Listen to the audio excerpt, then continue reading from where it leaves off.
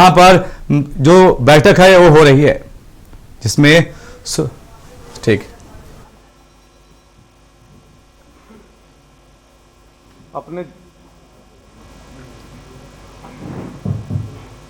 अपने जीवन में लोग कितना परिश्रम करते हैं। परिवार की इच्छा रहती है कि मेरा बेटा एक अधिकारी बने और अधिकारी बनकर समाज की सेवा करे। ऐसे परिवार की और जिसका इस राज्य के अंदर जिस परिवार का सम्मान था और आज उसका पुत्र भी उसी सम्मान के तहत अपने जीवन व्यतीत कर रहा है। एक ईमानदार छवि दलित, शोषित, वंचितों के, पिछड़ों के न्याय के लिए, उनके सम्मान के लिए, उनका शोषण न हो, उनके ऊपर किसी प्रकार का अत्याचार न हो, ऐसे असीम अरुण जी के परिवार के पिताजी भी डीजीपी रहते हुए भी अपना जीवन व्यतीत किया और दलित, शोषित, वंचितों के लिए, सम्मान के लिए रचनात्मक के माध्यम से और पुलिस में रहते हुए किसी प्रकार गुंडे किसी प्रकार जिनका शोषण न करें, इसके लिए संघर्ष करते और न्याय करते हैं। आज उसी रास्ते पर असीम अरुण जी ने यहां तक वो पहुंचे। क्या उनके मन में आया, क्या सोचे और क्यों भारतीय जनता पार्टी राजनीतिक दल में एक ईमानदार अधिकारी क्यों चयन किया। जब मेरी वार्ता हुई असीम अरुण जी से, तो उन्होंने कहा कि स्वतंत्र जी, हिंदुस्तान के अंदर मात्र एक दल ऐसा है जो राजनीति है लेकिन नेतागिरी नहीं करता है।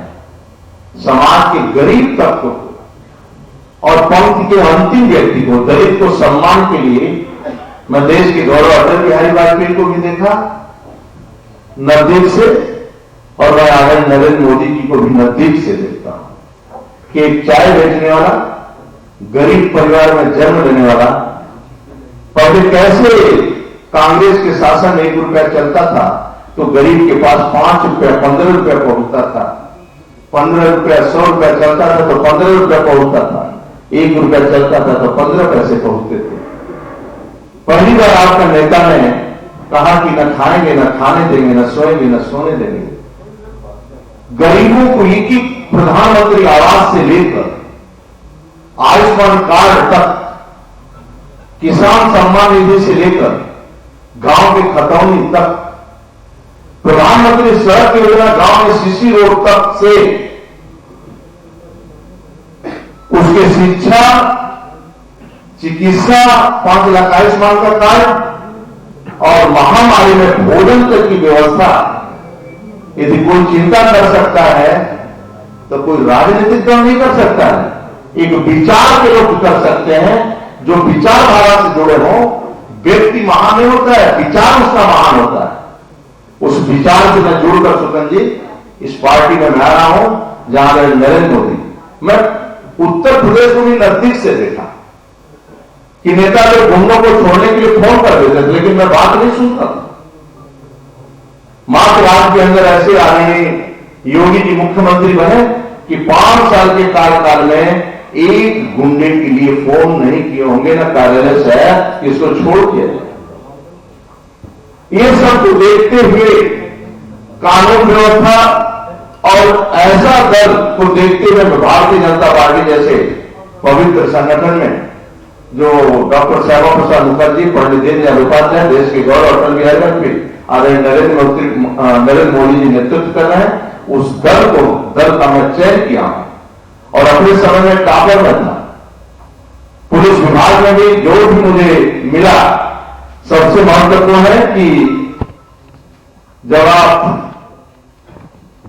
एटीएस के प्रभारी के रूप में 45 आतंकवादियों को, जासूसों को, नक्सलियों को गिरफ्तार करने का काम किया इन्होंने। और बाकी कुछ हमारे आज सबसे बड़ा महत्व है कि हमारे अनुराग जी थे, जो युवा मोर्चा अध्यक्ष रहे, भारतीय जनता पार्टी में राष्ट्रीय नेतृत्व तक रहे और आज वरिष्ठ मंत्री हैं, आज उनकी ज्वाइनिंग के समय मौजूद है। मैं सोचूंगा, मैं चाहता हूं कि अनुराग जी भी कुछ असीम अरुण जी के बारे में दो शब्द कहेंगे। बस यही कहूंगा कि भारतीय जनता पार्टी में मैं असीम अरुण जी का दिल से स्वागत करता हूं। एक ईमानदार अधिकारी, और ऐसे आने से, ऐसे लोगों को पार्टी में आने से पार्टी का कद बढ़ेगा, समाज में सम्मान बढ़ेगा, दलितों में समाज में संदेश एक जाएगा और एक विचार भी हमारा नीचे तक आपके माध्यम से पहुंचेगा।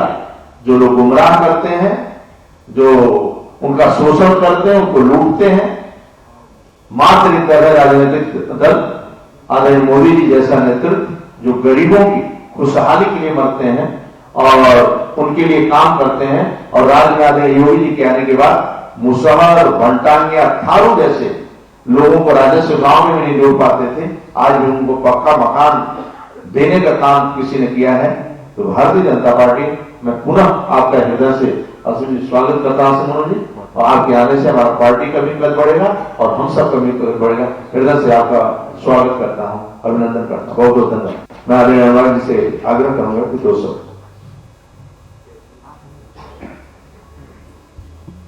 नमस्कार मित्रों, युवा भारत का, युवा उत्तर प्रदेश, युवाओं के लिए प्रेरणा, एक ऐसा चेहरा जो युवा भी है, ईमानदार भी है, अनुभवी है, प्रोफेशनल है और अपने इस करियर के दौरान एक भी दाग जिनके ऊपर नहीं और ईमानदारी की पहचान, ऐसे युवा अपना लंबा करियर छोड़ने, अपना अनुभव लेकर जब भारतीय जनता पार्टी में शामिल हो रहे हैं तो एक नई पारी की शुरुआत करने जा रहे हैं। और असीम अरुण जी का मैं बहुत बहुत स्वागत, अभिनंदन भारतीय जनता पार्टी में करता हूं। उनके उज्जवल राजनीतिक भविष्य की कामना करता हूं। उनके अनुभव से भारतीय जनता पार्टी आगे बढ़े और इनकी तरह के और युवा जिन्होंने सामाजिक जीवन में आगे बढ़ने का प्रण लिया है, वो अपने अनुभव को लेकर भारतीय जनता पार्टी में शामिल होंगे। आज केवल एक अधिकारी ने लंबा अपना करियर छोड़कर भारतीय जनता पार्टी ज्वाइन नहीं की। युवाओं को प्रेरणा देने वाले कैसे उनके बीच के भी युवा ने भारतीय जनता पार्टी में शामिल हुए। प्रधानमंत्री मोदी जी की सोच सबका साथ, सबका विकास, सबका विश्वास और सबका प्रयास, उसको आगे बढ़ाने के लिए काम किया है। गरीब कल्याण के लिए जो मोदी जी ने योजनाएं चलाई, जिसका जन जन में बहुत बड़ा प्रभाव देखने को मिलता है, उससे प्रेरणा लेकर यहां पर आए। दुनिया भर में भारत की छवि को सुधारा, भारत को आगे बढ़ाने का काम मोदी जी ने किया, उससे प्रेरणा लेकर असीम अरुण जी यहां पर आए। योगी जी ने जो गुंडाराज, माफिया राज के खिलाफ कड़ा प्रहार किया, उसको देखकर भी यहां पर आए हैं। मैं तो यही कहूंगा मित्रों कि असीम अरुण जी के आने से लाखों युवाओं को आगे आने का अवसर मिलेगा। हम जोड़ने का प्रयास करेंगे। मैं ज्यादा नहीं कहूंगा क्योंकि आज हमें असीम अरुण जी को ही सुनना है। मैं एक बार फिर अपनी ओर से ईमानदार छवि वाले युवाओं के लिए प्रेरणा, एक ऐसे अधिकारी जिनका जीवन अपने आप में बहुत प्रेरणादायक है, उनका भारतीय जनता पार्टी में आने का बहुत बहुत स्वागत और अभिनंदन करता हूं।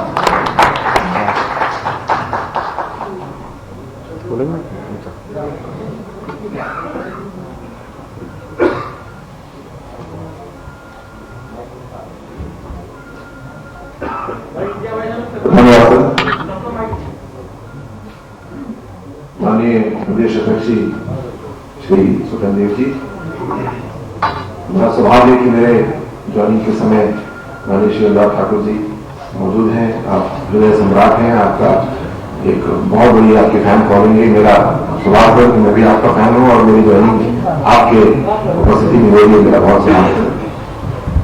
मैं आज बहुत प्रसन्न हूं, संतुष्ट हूं, क्योंकि भारतीय जनता पार्टी ने मुझे एक बहुत बड़ा अवसर दिया है लोक सेवा का।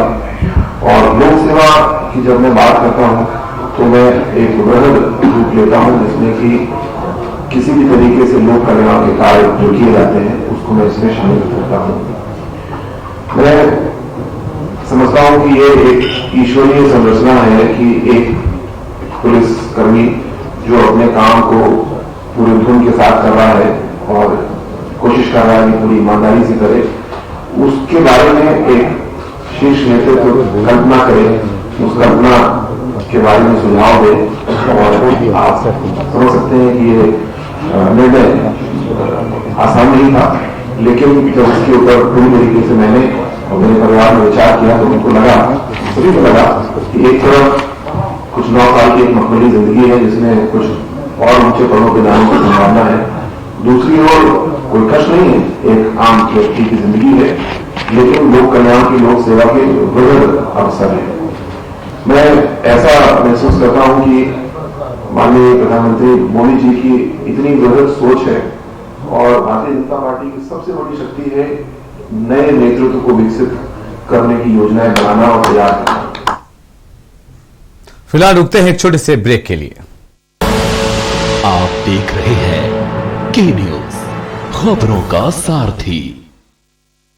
जुबान के लिए उड़ चला गैरों की जमीन पर, खुशबू अपने पन की ढूंढता और दूर कितना भी जाओ, इस जुबान से दूर ना जा पाओगे। रुमल, बोलो जुबान केसरी। आप देख रहे हैं के न्यूज, खबरों का सारथी। ब्रेक के बाद स्वागत है आपका। लखनऊ की ओर रुख करते हैं, जहां बीजेपी ज्वाइनिंग कमेटी की प्रेस वार्ता हो रही है। परिकल्पना के अनुसार जो अवसर मुझे दिया गया है, मैं उसके अनुरूप कार्य करूं। मैं प्रदेश की कानून व्यवस्था के बारे में भी कहना चाहूंगा। ये मेरा सौभाग्य है कि पिछले 5 वर्षों में मैं 3 बैठकों पर रहा, एटीएस का चीफ रहा, 112 का चीफ रहा और फिर पुलिस कमिश्नर कानपुर रहा। मैं आपको पूरी ईमानदारी से बता सकता हूं कि पुलिस अधिकारियों के लिए, पुलिसकर्मियों के लिए काम करने का इससे ज्यादा सुखद माहौल कभी भी नहीं रहा। कारण ये, जैसा माननीय अध्यक्ष जी ने कहा, कभी किसी के पास कोई ऐसा फोन, ऐसी सिफारिश नहीं आई कि इस अपराधी को छोड़ दो या इसकी मदद कर दो या ढिलाई कर दो। हमेशा यही संदेश मिला कि सख्ती करिए, कार्रवाई करिए, विधि के अनुसार कार्रवाई करिए। और इसी का परिणाम है कि कानून व्यवस्था में बहुत बड़ा सुधार हुआ है। मैं एटीएस का प्रमुख था तो मुझे सौभाग्य मिला बहुत सारे आतंकवादियों, जासूसों आदि को जेल की सलाखों में भेजने का। एक बड़ा एनकाउंटर हुआ था जिसमें आप भी बहुत सारे साथी उस दिन मौजूद थे। लगभग 5 साल पहले की बात है। और मेरा पुनः सौभाग्य कि माननीय राष्ट्रपति द्वारा वीरता का पुरस्कार मुझे उस एनकाउंटर के लिए दिया गया, जो कि पुलिस विभाग में सबसे बड़ा सम्मान माना जाता है। धन्यवाद। मैं योगी जी को, माननीय योगी जी को बहुत प्रणाम करता हूं कि उन्होंने जो व्यवस्था दी है कानून व्यवस्था के लिए, जो शक्ति पूरे, केवल पुलिस नहीं पूरी व्यवस्था को दी है, उसका ही परिणाम है। और इसको हम लोग को आगे और मजबूत करना है, प्रणालीगत संस्थाएं विकसित और मजबूत तरीके से करनी है, जिससे कि ये व्यवस्थित हो जाए। मैं आज के दिन बाबा साहब डॉक्टर अम्बेडकर को प्रणाम करना चाहता हूं, जिनकी परिकल्पना, जिनकी समान अवसर देने की विधि विधान जो उन्होंने बनाया, उसके परिणाम स्वरूप वंचित, दलित सभी लोगों को एक अवसर मिला और बहुत आगे बढ़े। मुझको और मेरे परिवार को भी बहुत बड़ा अवसर मिला और आगे बढ़े हम लोग। लेकिन मैं साथ ही साथ अपने गांव खैर नगर कन्नौज से जुड़ा हूं। मैं और मेरा परिवार वहां पे निरंतर सामाजिक कार्य करते हैं, केवल अपने गांव में नहीं करते हैं तो गलत नहीं करते हैं, पर हमें महसूस होता है, अनुभव होता है कि हमको अभी बहुत सारा काम करना चाहिए। बहुत सारी तरक्की हुई है, बहुत सारी योजनाओं को सबको लाभ मिला है, लेकिन वंचित दलित समाज के सम्मान के लिए और प्रतिनिधित्व के लिए बहुत सारा काम अभी बचा है, और अगर मेरा छोटा सा भी योगदान उसमें हो सकेगा तो मैं समझूंगा कि ये मेरे जीवन का परिवर्तन बहुत सार्थक है। मैं पुनः बहुत आभार व्यक्त करता हूँ संगठन का, माननीय अध्यक्ष जी का, माननीय युवराज जी का, कि आपने मुझे इतना बड़ा अवसर दिया। मैं आपकी परिकल्पना के अनुसार कार्य करने का प्रयास करूंगा। जैसे पुलिस में बोलते हैं तो रणरूप हूँ, मैं आपका रणरूप हूँ। अगर कोई गलती हो जाए तो मुझे टोकते रहेंगे, जिससे कि मैं उसको सुधार करूँ। बहुत धन्यवाद। असेंबली आपसे गलती नहीं हो सकता है, इसलिए आज जैसे युवा साथी मिलने से पुनः कुछ करता हूँ कि पार्टी का एक कद बढ़ता है और युवाओं में संदेश गया है, क्योंकि आप दलित समाज से आते हैं, उस परिवार से आते हैं, उस समाज से आते हैं, तो समाज में भी एक आपके आने से पार्टी का कद बढ़ेगा। बहुत बहुत धन्यवाद।